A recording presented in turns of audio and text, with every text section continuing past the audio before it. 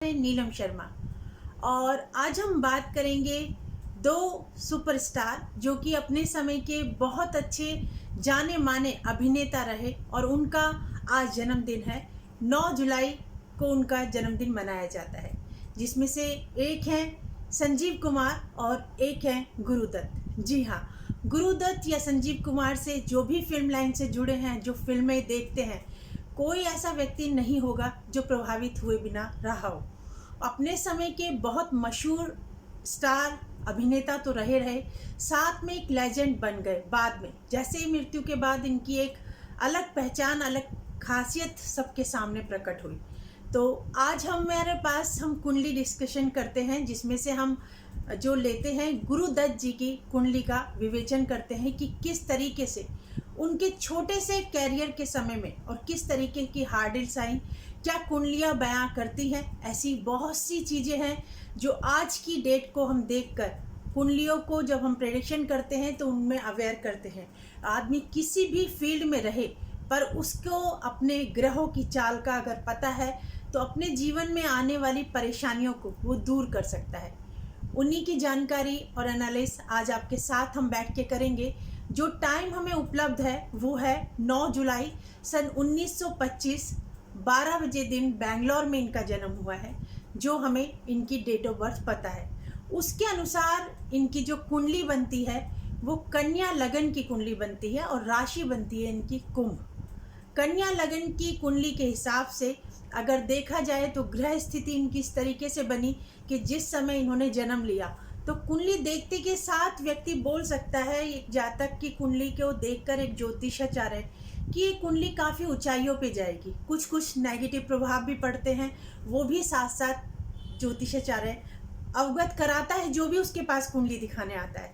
सर्वप्रथम हम बात करेंगे कि इनकी कुंडली में क्या खासियत थी जिसकी वजह से ये उतने ऊंचे स्थान पर पहुँचे और इनका अंत इस तरीके का हुआ, या इस तरीके के अंत को हम किस तरीके से कुंडली के अंदर देख के बता सकते हैं। जैसे कि अभी पीछे दिनों में जो पिछले साल सुशांत की जो मौत हुई है वो भी इसी कुंडली के विवेचन अगर हम करते हैं तो ये सामने आ रहा है कि किस तरीके से हम इस चीज़ को रोक सकते हैं। तो उसी श्रृंखला को जारी रखते हुए हम आपको बताते हैं कि ये जो कुंडली है किस तरीके से प्रभावित करके चल रही है।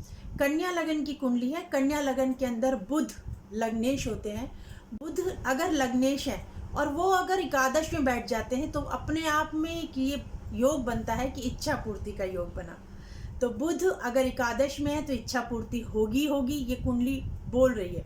उसके साथ ही साथ शनि उच्च के बैठे हैं द्वितीय स्थान के अंदर, और द्वितीय स्थान में शनि बैठ के उनकी तीसरी दृष्टि जाती है चतुर्थ भाव पर, जहाँ पर पहले से ही गुरु विराजमान थे वक्री अवस्था में। गुरु स्वराशि में बैठना अपने आप में एक हंस नाम का राजयोग बनाता है, और शनि का स्वराशि में उच्च का होना यानी शश नाम का राजयोग भी निर्मित इनकी कुंडली के अंदर हो रहा था। यानी पंचम में केतु बैठे हैं तो एजुकेशन से संबंधित जो भाव होता है या लव अफेयर का जो भाव होता है, यहाँ पर कहीं ना कहीं या संतान से जो सुख का होता है वो कहीं ना कहीं इनका खंडित सा होता, क्योंकि केतु वहाँ पर बैठे हैं। एजुकेशन में टेक्निकल माइंड रहे, काफ़ी कुछ नॉलेज रही, क्योंकि एकादश भाव में बुध के साथ साथ मंगल और शुक्र बैठे विराजमान है, और राहु वहाँ से अगर पंचम को देखते हैं तो ऐसा व्यक्ति कुशार्क बुद्धि तो होता ही होता है, इंटेलिजेंट होता है, और उसका जो रुझान है वो कला के क्षेत्र में रहेगा, क्योंकि मंगल शुक्र की युति लाभ भाव से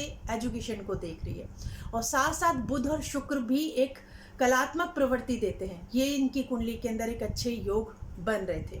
और साथ ही साथ चंद्रमा छठे में आ जाना थोड़ा सा इनको डिप्रेशन में डाल देता है। डिप्रेशन मीन्स एकाकीपन में जरूर डालता है। ऐसा व्यक्ति अगर भ्रांतियों में आ जाता है तो बहुत गलत सोचने लगता है, तो इस तरीके मन एक जगह नहीं टिक पाता, बार बार चलायमान रहता है। ये इनकी कुंडली के अंदर देखकर हम ज्योतिषाचार्य आपको बताते हैं जब भी किसी की कुंडली लगती है, और इनके जीवन पे घटित हुआ वो भी हम आपको बताते हैं किस तरीके से रहा। तो यहाँ पर मैं आपसे ये बताना चाहूँगी कि मंगल शुक्र की युति एट ब्रह्मांड में प्रेजेंट में भी मंगल नीच के होके चल रहे हैं, और मंगल शुक्र की युति है, तो इसलिए एक चरित्र हंता योग भी, चरित्र जो खराब होने का योग बनता है वो बनता है। पर फिल्म लाइन में अगर कोई जाता है तो वो आर्टिस्टिक भी बनता है, ये योग भी इसके साथ बनता है। पर ये खराब योग इसलिए बन जाएगा क्योंकि इसमें राहु का इन्वॉल्वमेंट और शनि की दृष्टि है, तो ये ऐसे संबंध टूटते हैं, जुड़ के नहीं रह पाते, चाहे वो आप कितने भी लंबा खींचने की कोशिश करें पर खींच नहीं पाते। पर लग्नेश यहाँ पर बैठा हुआ है तो इस तरीके से है। अब इनका जो जन्म हुआ वो शतभिषा नक्षत्र के अंदर हुआ और राहु की महादशा 18 साल बहुत स्ट्रगल की। इनकी माँ भाव पर गुरु बैठा हुआ है, तो इनकी माँ ने इनके साथ ही 10th क्लास पास की है। उन्होंने उस पीरियड के अंदर पढ़ाई की जिस समय इन्होंने 10th की। ये अपने आप में बहुत बड़ा एक, देखा जाए तो अपने आप में एक बहुत बड़ा एग्जाम्पल है कि बेटा और माँ एक साथ पास करें, और वो भी उस समय पे जहाँ बहुत कम लड़कियाँ पास करती थी। तो इसका मतलब इनका गुरु बहुत ही, हंस नाम का राजयोग है तो माँ की तरफ से काफ़ी स्ट्रॉन्ग है, और माँ भाव का और पत्नी भाव का स्वामी गुरु बनता है। तो यहाँ ये एक इंडिकेट हो जाता है कि पत्नी और माँ जो है बहुत उच्च श्रेणी की इनको मिलेंगी। तो यही हुआ कि इनकी शादी जो हुई गीता राय से हुई, जो कि उस समय की मशहूर गायिका रही, और इनकी सभी फिल्मों में वो गायिका उन्होंने गाने गाए। और जब अंत समय था इनका, तो वो पूरे 16 साल इनकी गुरु की महादशा चली है, जो कि सन 44 से शुरू हुई और जाकर इनकी समाप्त होती है 16 साल के अंदर। 16 साल तक 44 से स्टार्ट शुरू हुई है और जाकर ये 60 साल तक 1960 तक गुरु की महादशा के पास चले हैं। क्योंकि थोड़ा डिटेल अगर हमारे पास है तो यही आ रहा है कि 59 के एंड तक इनकी गुरु की महादशा चली। उसमें इन्होंने अपने कैरियर की ऊंचाइयों को छुआ, जहाँ तक ये जा सकते थे। डायरेक्टर, असिस्टेंट डायरेक्टर से शुरू किया इन्होंने, और जिस समय इन्होंने पढ़ाई की है उसके बाद इन्होंने जो रविशंकर जी हैं उनके बड़े भाई की एकेडमी के अंदर इन्होंने एडमिशन लिया, और वहाँ पर इन्होंने कोरियोग्राफी सीखी, और उसके बाद इन्होंने उसी इंस्टीट्यूट के अंदर इनको जॉब मिली। और उस समय 75 रुपये मिलना बहुत बड़ी बात होती है, वो मिली।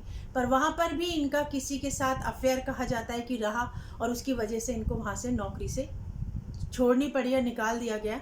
ऐसे ही इन्होंने बहुत लोगों को अपॉर्चुनिटी दी, बहुत लोगों का कैरियर में शुरुआत में इन्होंने साथ दिया। लास्ट में वहीदा रहमान को भी लेकर बहुत सारी भ्रांतियाँ इनके जीवन में रही, और यही कारण बना कि इनकी पत्नी, जैसे ही शनि की महादशा आई तो कुछ गलत फहमियाँ हुई, कुछ मिसअंडरस्टैंडिंग हुई, कुछ शक, और साथ ही साथ दोनों के जिद्दी स्वभाव के कारण इनकी फैमिली लाइफ चौपट हुई। जैसे ही शनि की महादशा स्टार्ट हुई, यानी 1959 के बाद से, और इनके जीवन के अंदर परेशानियां शुरू हो गई।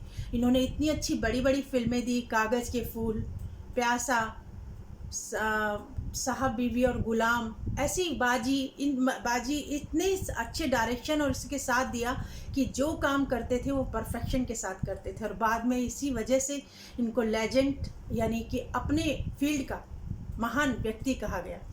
पर इतनी छोटी सी आयु में 10 अक्टूबर 1964 को 10 बजे जब लोगों को खबर मिली कि ये दुनिया छोड़ चुके हैं, और पता लगा कि ये खुदकुशी के योग बनते हैं, और ये एक योग कुंडली के अंदर उस समय जिस समय ये मृत्यु की खबर आई है उस समय भी मंगल नीच का था और चंद्रमा नीच का था। तो ऐसे में व्यक्ति विचलित होता है। अगर बाय बर्थ वो प्लैनेट होते हैं, हम बार बार अपनी कुंडलियों में ये बात बोलते हैं कि अगर बाय बर्थ आपके प्लैनेट खराब हैं और गोचर में भी वो ग्रह आ जाए तो अवेयर रहने की आवश्यकता होती है। उस पीरियड में किसी भी तरीके से अकेला व्यक्ति को नहीं छोड़ना चाहिए। तो इन्हीं चीज़ों को हम कुंडलियों के द्वारा व्यक्ति को समझाते हैं, और अपने वर्तमान को जानकर भविष्य को सुधारा जा सकता है। इनकी कुंडली में जो एक खुदकुशी का योग बनता था वो यही है कि अष्टम और तृतीय का लॉर्ड एकादश में बैठा है, यानी हाथ और आयु को लेकर एकादश में बैठ गया, साथ में लग्नेश, और शनि वहाँ पर देख रहे हैं राहु की दृष्टि। तो बचाव नहीं, अपने आप व्यक्ति अपनी ज़िंदगी का दुश्मन बन जाता है। तो ये इस तरीके के योग हैं जो कुंडलियों को देखकर महान बने गुरु की वजह से। और इनको कहा जाता है कि 18 महीने की उम्र में ये कुएं में गिर गए थे, इनकी दादी ने इनको बचाया था।